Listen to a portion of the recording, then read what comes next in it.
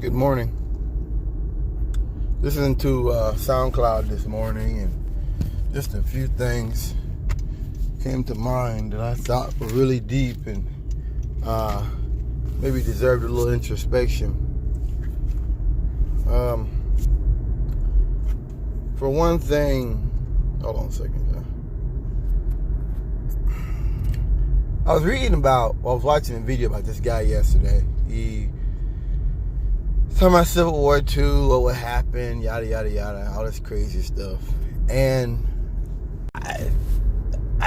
I'm sorry, to me, the idea of a second Civil War, it is so insane, it is so ridiculous. And I think it really shows you just how violent the Caucasian really is, because he talks about it being his America, but he has no idea what would happen if he actually did that. Even if they talk about giving the guns to the liberals, they'd still win. Well, what is winning? Can I ask that, white guys? What is winning? When most of the world is not white, when almost most of the people who are 18 and 20 now are not white, what is winning? I have to know. I have to ask. What is winning? You know, and I'm left with the belief that I'm surrounded by a bunch of Eric Rudolph types. A bunch of people who at any time, at any moment, could just go off. And I'm not scared of that. I recognize that I'm surrounded by terrorists. For lack of a better, I'm surrounded by terrorists. I don't know a better way to put it than that. Just straight up terrorists. The way they think, the way they talk, you know, because I think the way they present it is like they're going to go and take down some tough guys or something. But what they're really talking about is ethnic cleansing. If you ever really sit down and you actually read this stuff about these white supremacists and how they think and this and that and the other, you see what I'm talking about. That these folks are advocating for ethnic cleansing. There's really no other way to look at it than that. No other way to look at it than that. And to me, that is just so nuts. It is so ridiculous. It is so insane, man, that it's hard for me to even understand it. You know, that you're going to, okay, when you say we're going to hang him high, are you really talking about the government? Or are you talking about people like me? Are you talking about liberal leaders, people who speak out and are well known? That's what I think. That's my belief. And I want to talk about how the Caucasian, not all of them, but those kind of Caucasians are really, they're out of place. They don't really belong in the future. They don't. And they're dangerous. They're very clear. When they talk about how, okay, they will do this, that, and the other, wage war or whatever, they're going to just do all manner of nonsense. They're basically predators, in my opinion. You're talking about, it's like talking about a serial killer, talking about a predator. You're talking about somebody who does not belong in a civil world. Not saying our world is civil, but they're trying to turn the world into the OK Corral or something. That's crazy to me. That's nuts. Now these mass shootings and all that, they're at war with themselves. The Caucasian, I think he's at war with his own society. I find it almost intriguing. I told y'all yesterday, I said that really, in my opinion, the chickens have come home to roost. I know that sounds bad. It'd be bad if I advocated it, but it's not about advocating it, it's about reality. You've created a world in such a way, and now that world is changing, and you're mad about it. You know? I don't hate Hispanics or Asians or any of that. I don't hate those groups. I don't go out of my way to make comments. I've noticed that white guys are probably one of the only group that do that. They always go out of their way to make a little snarky comment. Everywhere you go, it could be on a forum, it could be on a video. They always gotta get some little edge in, and they're not even really good jokes. Whether it's about gay people, some kind of intolerant joke. And I used to get insulted. Now it's like, no, that they're really upset because they don't belong in this reality. See, years ago, they could do that, and that person might get killed. They're living in a reality to where they still think the same. Oh yeah. But they can't do the same things that they once could do.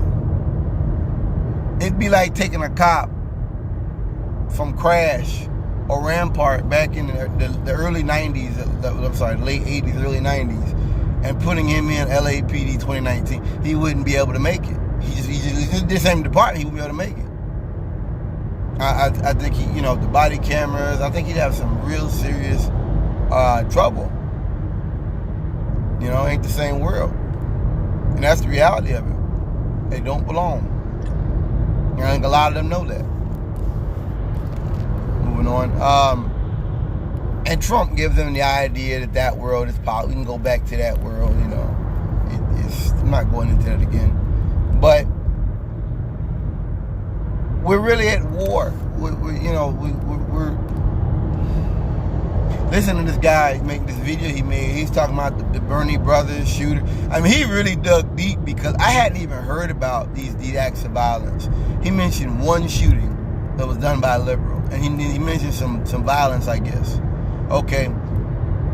What about Charlottesville, where they came armed with bats and pepper spray and rifles and stuff and body armor? Huh? What about Charlottesville? What about the one over there in New Zealand? He didn't really talk about that. What about the black shooting in 15 of that church? What about the Kroger shooting? We shot them 2 black people in the parking lot and told the white man that shot at him, whites don't shoot whites. Okay, I can go down the list, man. If you really want to be nasty, I can show your ass who's pulling the triggers. And it's not black people, and it's not liberals. I'm not going to say you don't have liberals that are crazy out here. I'm not going to say you don't have liberals out here who may be demented or nuts, because we're people too.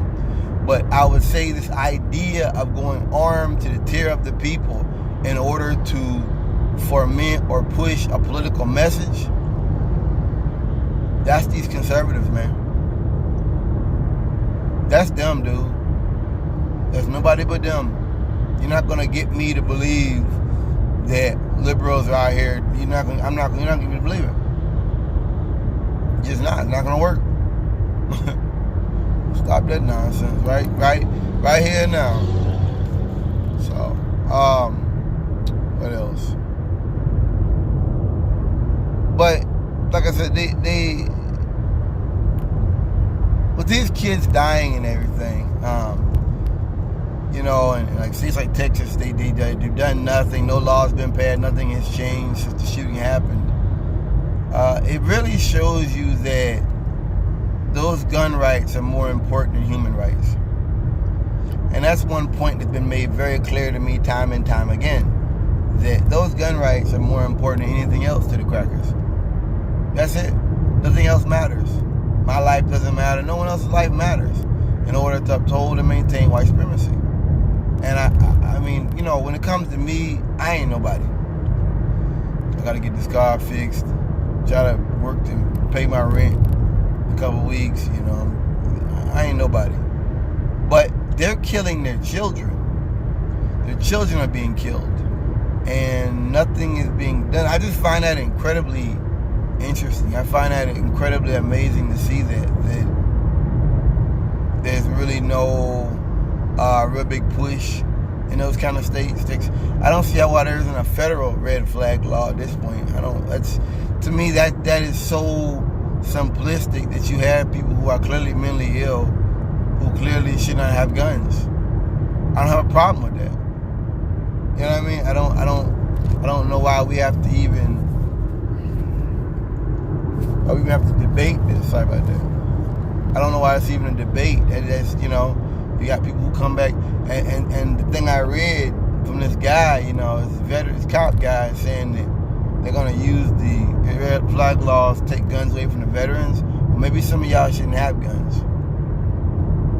You think about that? But the gun is something that is manifestly of importance to the white supremacist. He needs it. It's his power. That's just what I've learned, you know, over my lifetime, is that's their power, is the gun. And that's why they're so quick to pull up their shirt and show it to you. That's why they're so quick to do those kind of things, you know. That's why they do that. That's their power. They're not gonna physically do anything. They can't physically stand up to you. They can't physically do a lot of these things. So I get the gun, you know. And this is what I've seen as I've gotten older. You know, it's hard for me to understand people who think like that. And they don't really belong, you know, to the world that's coming. I don't think they really belong. I don't think they really want to have a place, you know. I think they're just used to the world running a certain kind of way, and the fact that it's not running that kind of way anymore, or it's like it's going that way. I think that they're getting angry and they're getting more violent, but really this is what the Caucasian has always been. You know, I tell people that this is what the Caucasians always been like. They've always been like this, mass shootings and stuff. That's let's be honest. Let's get to the meat. They've always been like this. You know, we may have closed our eyes, we may have blinked. You know, we may have had a time where it sat in the shadows and did not make a sound. But they've always been killers. They've always been murderers. We know this. It's in their history. They've always been warmongers. And they tell you that's something they done in Africa. A goddamn fool. Europeans had a damn 100-year war. Fuck you mean? Maybe certain parts of their society have become more educated and eloquent and sophisticated the way they look for the ways to do things without war. I'll give you that. But they're not better. Yeah, they're not better. Just because I'm rich and I don't have to do something don't make me better than somebody who don't got and has to, you know, get a second job or something. You're not better than them because of that. You're just blessed. You've been blessed. That's all. You know. Surprised I made this light down. Oh, I might as well get to work on time for once. Yeah, I might as well get to work on time for once. That's amazing. That never happens. Getting to work on time. It's like what? 5:07. Yeah, you say like 15. I guess the right much strong and all that stuff anyway. So you know, I done got to the point I don't even really look for my uniform. I know it's gonna be here maybe next week sometime. I don't even care. Just do my thing, go home. I ain't even watching videos yet. Anyway, but yeah, man, you know, there was something that happened, and this guy made a comment where he was talking about how good, you know. Oh, it was a congressman or something that had supported Trump a while back, and then he dropped out or something, and Trump like attacked him, and the guy was talking about how there were people following him around, like there was somebody that was stalking him and shit with a gun. I mean, no. The police had stopped the guy, and the guy had a rifle in his car. That's what it was. He had a rifle in the car, and he was like scared about it. And somebody said it, you know, good, because now he know what it's like for people like us. He's talking about people with children and families. But I feel the same way. Good, he feel like people like us who are hunted. People who live in a white supremacist society where anytime, you know, we could be threatened with violence. You know, that's real. That's not something that's not something we're downplaying or anything like that. That's real talk, man. That's real talk. You know, that is real talk. living in a society where you really, when they talk about that, Civil War, that's really kind of a threat too. They know, like I do, that what they're doing is setting into motion a chain of events to where you will have a socialist president. I think that's what Trump really did.